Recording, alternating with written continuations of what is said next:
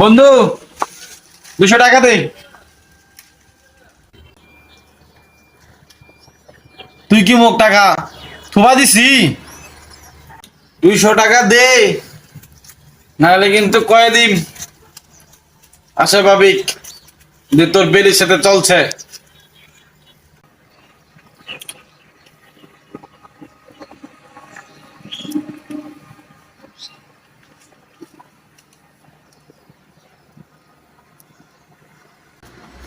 দে, 200 তো দিল, তাহলে আরো 500 দে,